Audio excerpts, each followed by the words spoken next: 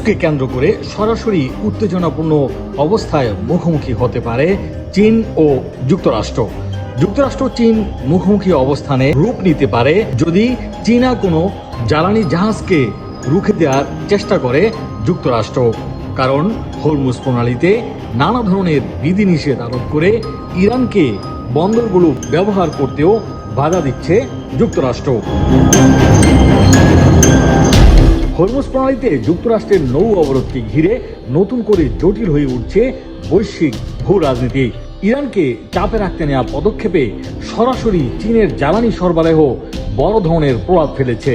ফলে প্রশ্ন উঠছে, নিজেদের জ্বালানি নিরাপত্তা রক্ষায় এবার যুক্তরাষ্ট্রের নৌ বাহিনীর মুখোমুখি হতে পারে বেইজিং।